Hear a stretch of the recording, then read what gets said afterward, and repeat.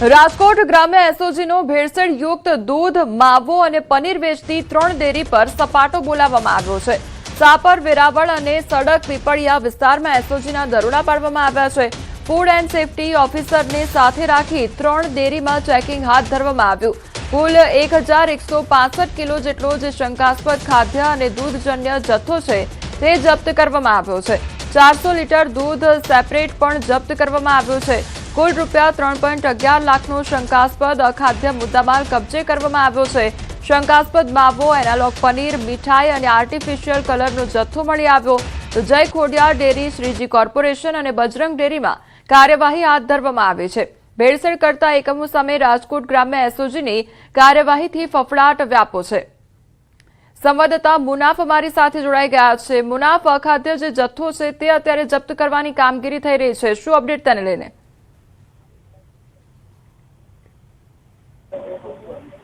બિલકુલ ચોક્કસ ગોંડલ ગ્રામ્યમાં એસઓજીનો સપાટો ભેળસેળ યુક્ત દૂધનો માવો અને પનીર વેચાણ કરતા 3 ડેરીઓ પર દરોડા પડ્યા હતા। રાજકોટ એસઓજીએ લાખોનું શંકાસ્પદ ખાધા પદાર્થના અન્ય લોકો પનીર જપ્ત કર્યું હતું। રાજકોટ એસઓજી દૂધમાંથી બનતી પનીર અને મીઠાઈના ભેળસેળ કરતા એકમો ઉપર એસઓજી ચેકિંગ હાથ ધર્યું હતું। રાજકોટ ગ્રામ્ય એસઓજીએ ફૂડ એન્ડ સેફટી ઓફિસર સાથે રાખી સાપર, વેરાવળ જ્યાં જય ખોડિયાર ડેરીના પ્રોડક્ટમાં શંકાસ્પદ 500 કિલોથી વધારે અનલોક પનીર અને 40 કિલોથી વધારે અત્યારે આર્ટિકલ સપ્લાય કરનાર દબાવનો નંગ શ્રીજી કોર્પોરેશન સાપર, વેરાવળ, કોટડા સાંગાણીમાંથી શંકાસ્પદ 500 કિલોથી વધારે 1.24 શંકાસ્પદ મીઠાઈનો 35 કિલો અને 770 દૂધ ઇન્સ્પેક્ટર 400 લીટર 1200 તથા વધારે જથ્થો કબજે કરી હાલ કાયદેસરની કાર્યવાહી કરી છે। જી મુનાફ, સમગ્ર માહિતી બદલ આપનો આભાર। રાજકોટ ગ્રામ્ય એસઓજી દ્વારા ભેળસેળિયા વિરુદ્ધ કાર્યવાહી કરવામાં આવી છે। 3 જુદા જુદા એકમો પર ચેકિંગ કરી અખાદ્ય જથ્થો ઝડપી પાડી નાશ કરવામાં આવ્યો છે। તો શાપર, વેરાવળ ખાતે આવેલ જય ખોડિયાર ડેરીમાંથી 1.35 લાખની કિંમતનો 500 કિલોગ્રામ શંકાસ્પદ માવો, 40 કિલોગ્રામ એનાલોગ પનીર સહિતની વસ્તુઓ ઝડપાઈ છે। તો શાપર, વેરાવળ ખાતે આવેલ શ્રીજી કોર્પોરેશનમાંથી 500 કિલોગ્રામ શંકાસ્પદ માવો, 35 કિલો શંકાસ્પદ મીઠાઈ, આર્ટિફિશિયલ કલરના ડબ્બા પણ ઝડપી પાડવામાં આવ્યા છે। તો સડક પીપળિયા ગામ ખાતે બજરંગ ડેરીમાંથી 40 કિલો એનાલોગ પનીર ઝડપાયું છે। ત્રણેય એકમમાંથી કુલ 3 લાખથી વધુનો શંકાસ્પદ જથ્થો મળી આવ્યો છે।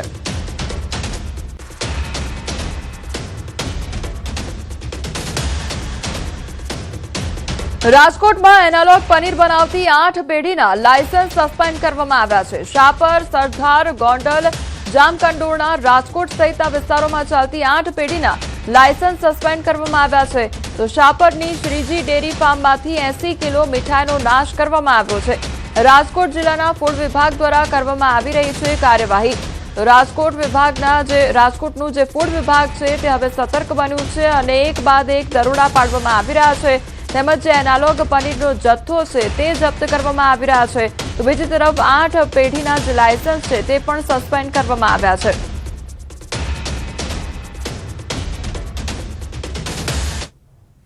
સુરતમાં એનાલોગ પનીર, ચીઝ અને બટર સામે તંત્રની મોટી કાર્યવાહી હાથ ધરવામાં આવી છે। રાજ્યમાં પ્રતિબંધ બાદ સુરત મનપા દ્વારા સઘન ચેકિંગ કરવામાં આવી રહ્યું છે। મનપાના તમામ ઝોનમાં હાથ ધરાયું છે સઘન ચેકિંગ। વિવિધ ઝોનમાં 100 સંસ્થાઓની તપાસ કરાઈ છે। તો એનાલોગ ઉત્પાદન, વેચાણ અને સંગ્રહ કરતી સંસ્થાઓની તપાસ કરવામાં આવી રહી છે। તપાસ દરમિયાન 68 કિલો જેટલો એનાલોગ પનીર, ચીઝ અને બટરનો જથ્થો મળી આવ્યો છે અને મળી આવેલા જથ્થાનો સ્થળ પર જ નાશ કરવામાં આવ્યો છે। સંવાદદાતા કીર્તેશ અમારી સાથે જોડાઈ ગયા છે। કીર્તેશ, એનાલોગ પનીરને લઈને કયા પ્રકારે અત્યારે તપાસ કરવામાં આવી રહી છે, શું કાર્યવાહી થઈ રહી છે? બિલકુલ, સરકાર દ્વારા એનાલોગ પનીર હોય, ચીઝ હોય કે બટર ઉપર જે રીતે પ્રતિબંધ મૂકવામાં આવ્યો હતો જેને લઈને સુરત આરોગ્ય વિભાગ સતર્ક બન્યું હતું। 100 કરતા વધુ સંસ્થાઓમાં ચેકિંગ હાથ ધરવામાં આવ્યું હતું અને ખાસ કરીને સુરતમાં વેચાતું 68 કિલો કરતા વધુ પનીર, ચીઝ અને બટરનો જે માલ હતો તેનો નાશ કરવામાં આવ્યો છે। જોકે સત્તાવાર જાહેરાત થઈ અને આરોગ્ય વિભાગના દરોડા પાડતા વેપારીઓ સતર્ક થઈ ગયા હતા અને પોતાની પાસે રહેલો તમામ માલ મોટા ભાગે સગે વગે કરી નાખ્યો હતો. જે વેપારીઓને ત્યાં માલ પકડાયો તેવા 68 કિલો માલનો નાશ કરવામાં આવ્યો છે અને આને લઈને આરોગ્ય વિભાગ દ્વારા સતત ચેકિંગ કરવામાં આવી રહ્યું છે. ખાસ કરીને અત્યાર સુધી આ તમામ વસ્તુ વેચવાની છૂટ હતી, પણ જે રીતે સરકારે પ્રતિબંધ મૂકતા જ આરોગ્ય વિભાગ સતર્ક થયું છે અને લોકોના આરોગ્ય સાથે છેડા કરતા તમામ વેપારીઓને ત્યાં દરોડા બાદ કાયદેસરની કાર્યવાહી ચાલુ કરતા વેપારીઓમાં હાલ ફફડાટ વ્યાપી જવા પામ્યો છે. જી કીર્તેશ, સમગ્ર માહિતી બદલ આપનો આભાર. તો સુરતનો આ મામલો કે જ્યાં એનાલોગ પનીરને લઈને તપાસ કરવામાં આવી રહી છે. ચીઝ, બટર અને એનાલોગ પનીર સામે હવે કાર્યવાહી હાથ ધરવામાં આવી રહી છે. ફૂડ એન્ડ ડ્રગ્સ વિભાગ દ્વારા દરોડા પાડવામાં આવી રહ્યા છે અને વિવિધ એકમો પર તપાસ કરવામાં આવી રહી છે.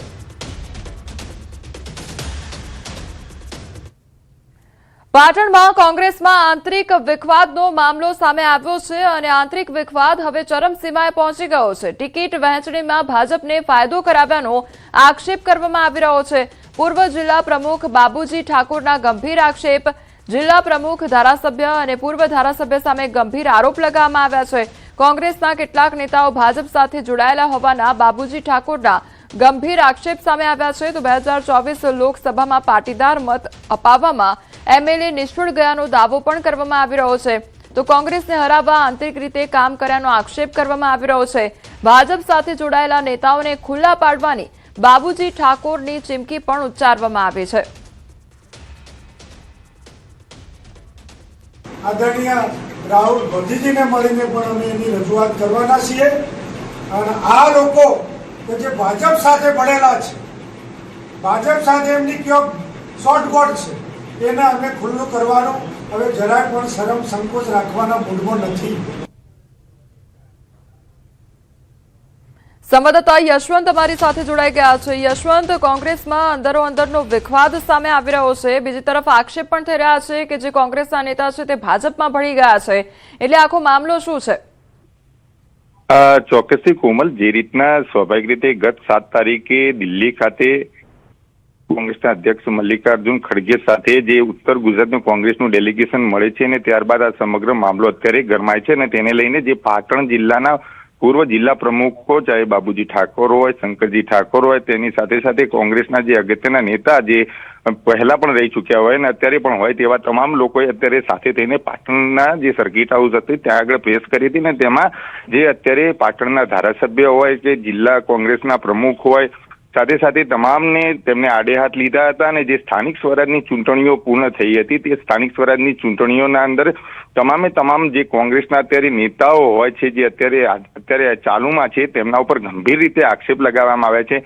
સ્થાનિક સ્વરાજની ચૂંટણીઓમાં ચાહે તાલુકા પંચાયતના અંદર હાર થઈ હોય, જિલ્લા પંચાયતના અંદર હાર થઈ હોય કે નગરપાલિકાના અંદર હાર થઈ હોય, તે તમામ બાબતને લઈને જે પણ નેતાઓ છે તેમના ઉપર આક્ષેપો કર્યા હતા અને તેમની સાથે તેમ પણ કહ્યું હતું કે તે લોકો ભાજપ સાથે જોડાયેલા હતા અને ભાજપના કહેવા પ્રમાણે તેમને ટિકિટોની વેચણી કરી હતી. જે તેમના મનપસંદ મળતળિયા હોય તેમના ઉપર તેમને કળશ ઢોળ્યો હતો અને તેમને કહ્યું હતું કે મળતળિયા લોકોને ટિકિટો આપે છે તેમજ ભાજપના ઈશારે ટિકિટો આપે છે અને આ તમામ સાંઠગાંઠ છે તે અમે ટૂંક જ દિવસોના અંદર બહાર પાડીશું. અને આ તમામ બાબતોને લઈને હવે જે પૂર્વ પ્રમુખોની ટીમ અત્યારે એકઠી થઈ હતી પીસી કરવા માટે, તે લોકો હવે રાહુલ ગાંધી પાસે જશે, મલ્લિકાર્જુન ખડગે પાસે જશે અને આ તમામ બાબતને લઈને રજૂઆત કરશે.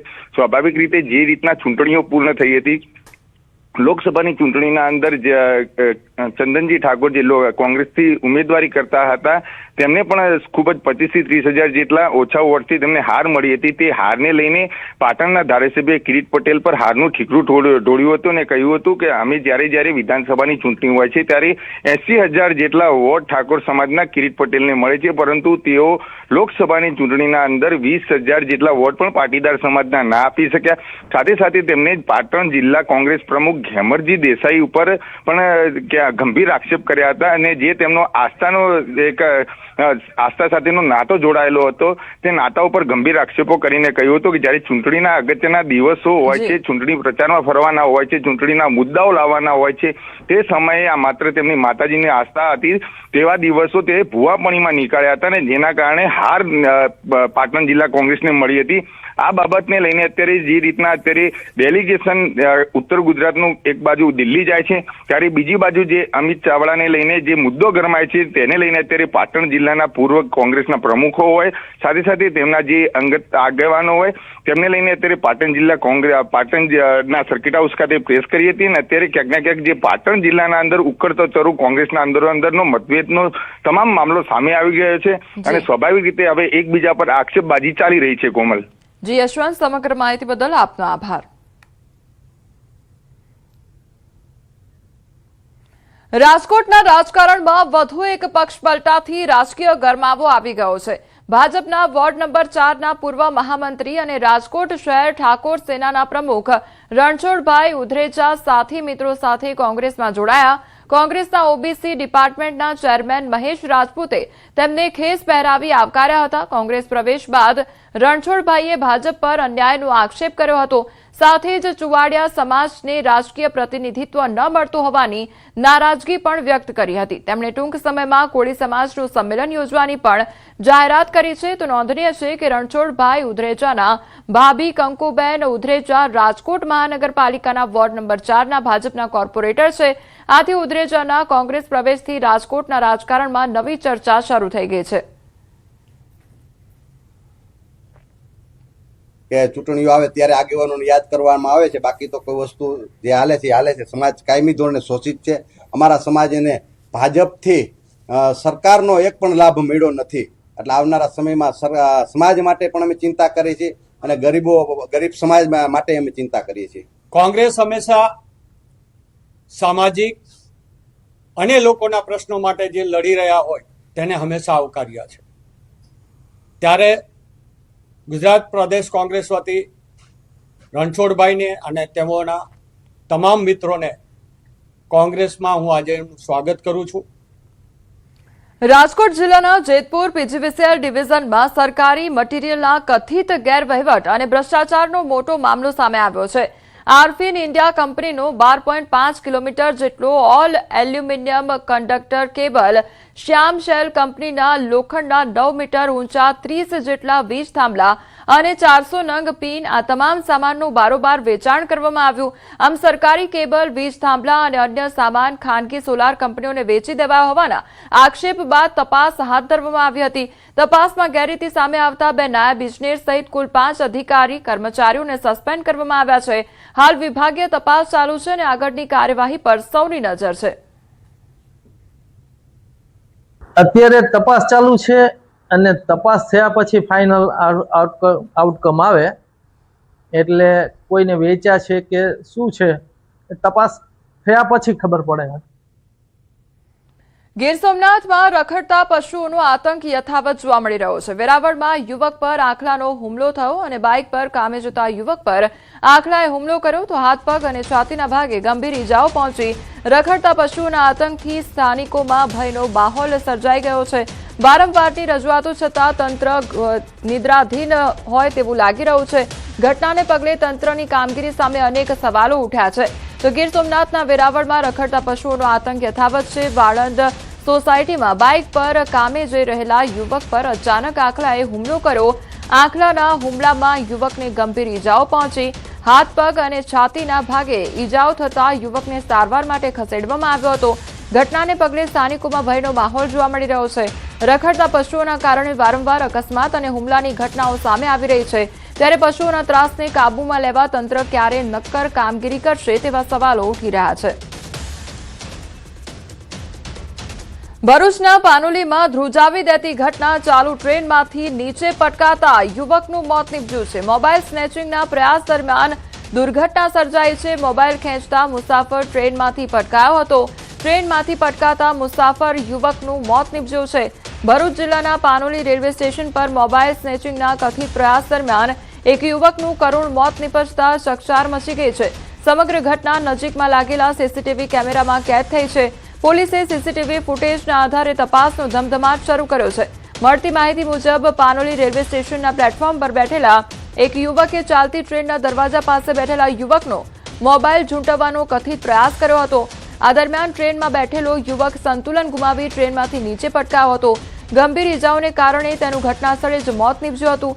ઘટના બાદ મોબાઈલ સ્નેચિંગનો પ્રયાસ કરનાર કથિત સ્નેચર સ્થળ પરથી ફરાર થઈ ગયો હતો.